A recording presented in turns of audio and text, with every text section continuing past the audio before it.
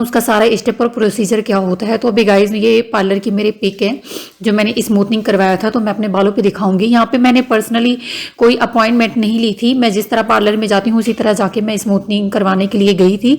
तो सबसे पहले उन्होंने मेरे बालों को ना हेड वॉश किया था अच्छी तरह, हम घर से करके गए थे, उसके बाद भी अगेन उन्होंने बालों को हेड वॉश किया था। और वॉश करने के बाद गाइज उन्होंने क्या कहते हैं उसे ड्रायर से सुखाया था। और सुखाने में जो इनको टाइम लगा था गाइज, कम से कम 10-15 मिनट उन्हें टाइम लगा था, अच्छी तरह सुखा रहे थे वो।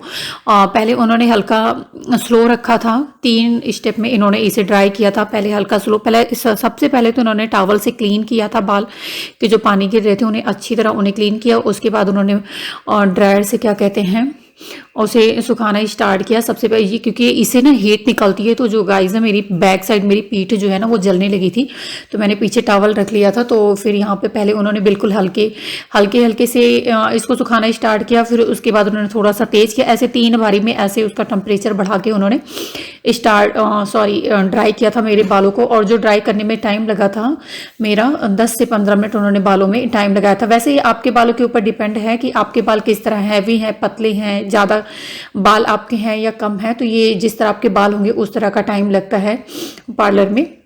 अगर आप घर पे ड्रायर यूज़ करते होंगे तो आपको पता होगा कितना टाइम लगता है प्रॉपर, बट जो मेरा टाइम लगा था पार्लर में वो इतना ही लगा था। और जो मैं ये क्लिप शूट कर रही हूँ ना ड्रायर की, मैंने पूरी जो है जब तक उन्होंने मेरे बालों को ड्राई किया था तब तक मैंने शूट किया था, इसमें से कोई भी कट नहीं किया। तो इससे आपको पता चल सकता है कि क्या कहते हैं उन्होंने कितना टाइम लगाया होगा। बीच बीच में बंद करके फिर उसे ऑन कर देती थी मैं।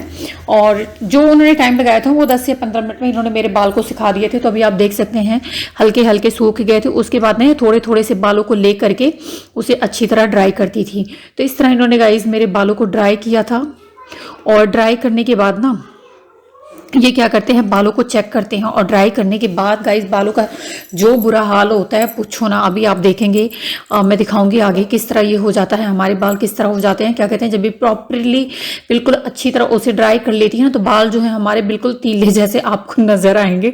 जो तीले वाला झाड़ू नहीं होता उस तरह बिल्कुल हार्ड हो जाते हैं बाल हमारे। इसीलिए जब भी आप बालों को सुखाएं ना तो इससे मैं इसमें ये बताना चाहूंगी कि अगर बाल आप कभी वॉश करते हैं तो आप बिल्कुल उसे ड्रायर से ना सुखाएं, बिल्कुल नेचुरल तरीके से उसे अपने आप ही सूखने दो। तो यहाँ पे मैं आपको दिखा रही हूँ मेरा बाल अच्छी तरह ड्राई हो गए थे। तो ये देख सकते हैं बाल मेरे कैसे हो गए थे।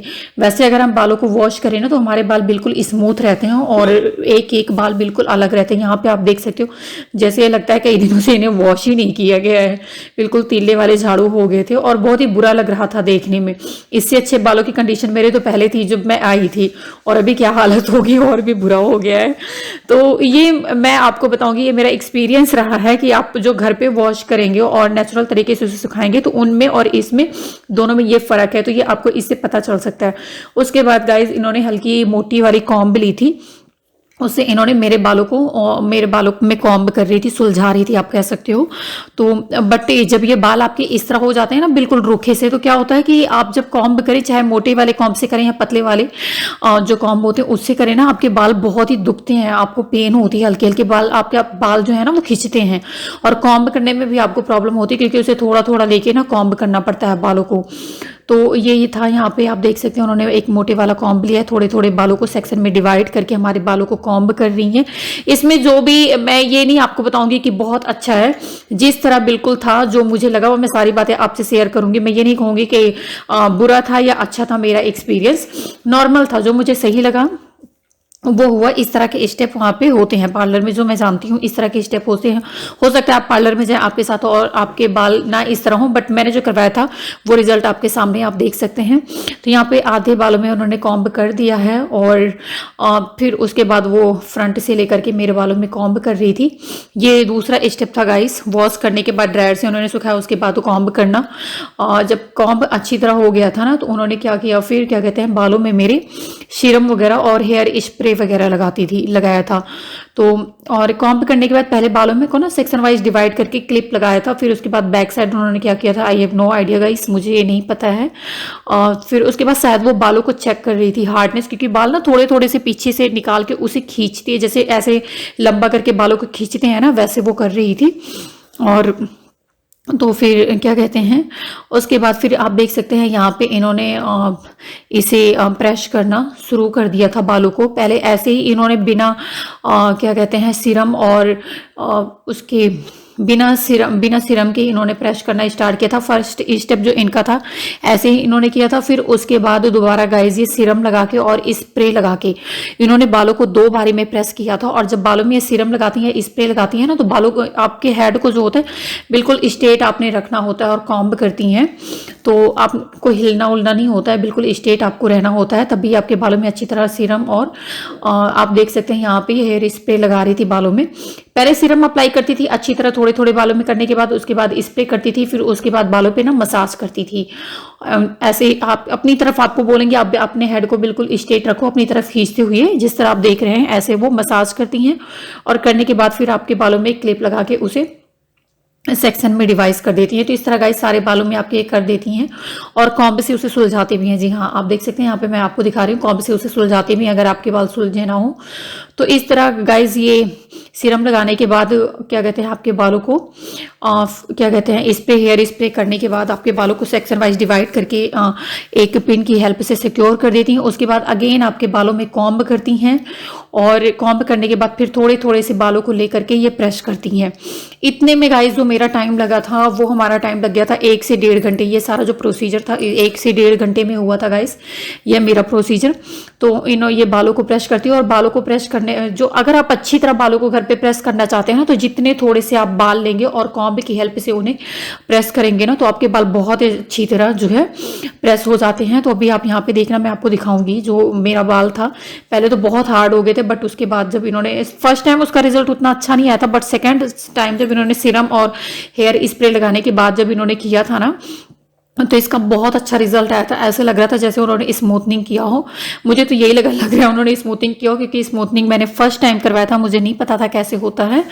तो फिर यहाँ पे फिर क्या कहते हैं, मुझे बोला, मैंने पूछा उनसे तो उन्होंने बताया नहीं, अभी आपके बालों को क्या कहते हैं प्रेस किया गया है। इसके बाद फिर आपके बालों में 2 बार मास्क लगेंगे गाइस, 2 स्टेप में ये मास्क लगाती हैं। तो आप देखेंगे अभी, तो यहाँ पे आप देख सकते हैं थोड़े थोड़े से बालों को लेकर के। वैसे इन्होंने यहाँ पे थोड़ा सा ज्यादा लिया था क्योंकि मुझे कहीं जाना था और मुझे बहुत जल्दी हो रही थी, मुझे नहीं पता था। मैंने इनसे पूछा था तो इन्होंने मुझे बताया था कि 1-1.5-2 घंटे लगेंगे, बट 1.5-2 घंटे तो मेरा इसी में हो गया था। उसके बाद इन्होंने मेरे बालों को प्रेस कर लिया था और मैं आपको आगे से दिखा रही, आप देख सकते हो कितने सिल्की हो गए थे मेरे बाल पहले, और आप देख सकते हो किस तरह हो गए। पहले तो देखने में बिल्कुल बहुत बुरा लग रहा था, बट अभी कितना अच्छा लग रहा है। बिल्कुल आपके बाल ना एक एक बिल्कुल अलग अलग थे। तो ये मैं बाल देख करके बहुत अच्छा, मुझे खुशी हुई थी कि मेरे बाल इतने सिल्की हो गए। और आपको मैं ये दिखा रही हूँ, इस तरह हो गए थे। और फिर मैं बैक साइड भी आपको दिखाऊंगी फ्रंट से। और जो मैं हेयर कटिंग करवाई मेरी लेजर कट थी। और उसके बाद गाइस फिर मैंने वहाँ पे जो मेरा कर रही थी बालों को मेरे स्मूथनिंग, मैंने उनसे बोला मेरा बैक साइड वो थोड़ी सी वीडियो बना दे किस तरह हुआ है। तो ये मैंने उनसे शूट करवाया था। और ये आप देख सकते हैं कितने सिल्की उन्होंने कर दिए थे। मेरे बाल ज़्यादा बड़े नहीं थे, लेंथ इसकी ज़्यादा नहीं थी, बट जो मेरे बाल थोड़े ना हैवी हैं, ज़्यादा बाल जो थे, कह सकते हो गजिन जिसे हम बोलते हैं, घने हैं मेरे बाल उस तरह। और ये ना चार्ज जो है मैं आपको बता दूं, ये पार्लर में जो चार्ज करते हैं ना, आपके बालों को देख के चार्ज करते हैं। जिस तरह आपके बालों की लेंथ होती है, जिस तरह आपके बाल कह सकते हो हैवी हो या हल्के हो, उस तरह ये आपको बालों को देख के चार्ज करती हैं। उसके बाद गाइज इन्होंने अगेन मेरे बालों में क्या कहते हैं क्लिप से इसे सेक्शन वाइज डिवाइड कर दिया था। और ये बालों में क्या कहते हैं कॉम्ब की हेल्प से थोड़ा थोड़ा लेकर के मास्क लगाती हैं। और जब ये आपके बालों पे हेयर मास्क लगाती हैं ना गाइस, तो आपको बिल्कुल स्ट्रेट रहने को बोलती हैं, आपको हिलने भी नहीं देती। तो मैं बड़ी मुश्किल से ये वीडियो बना रही थी क्योंकि अभी ये बैक साइड लगा रही थी। इन्होंने वैसे मुझे एक बार बोला था कि आप फिलो ना, फिर आपके बाल में प्रॉपर रिजल्ट नहीं आएगा, अच्छी तरह रिजल्ट नहीं आएगा। फिर भी मैंने आगे इसे रख के वैसे हाथों से पकड़ा था और अपने सिर को बिल्कुल स्ट्रेट ही किया था एक ही जगह। और इतनी हेड पेन हो रही थी, इतनी पेन हो रही थी, सिर दुखने लगा था, बहुत टाइम लगा था गाइस इनको मास्क लगाने में। और उसके बाद जब मुझे बैठना पड़ा था, 1-1.5 घंटे मुझे बैठने पड़े थे हेयर मास्क लगाने के बाद।